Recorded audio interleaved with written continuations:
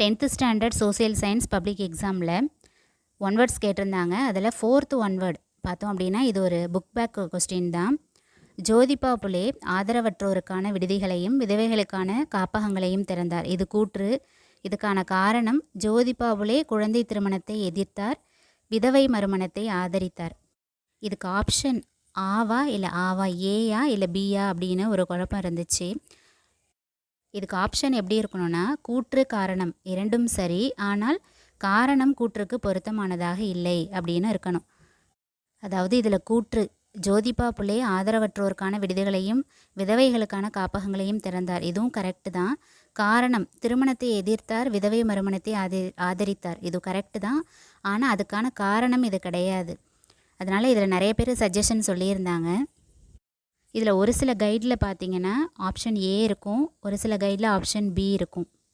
Maximum கைடில் பார்க்கும்போது option B தான் correct கொடுத்துருந்தாங்க.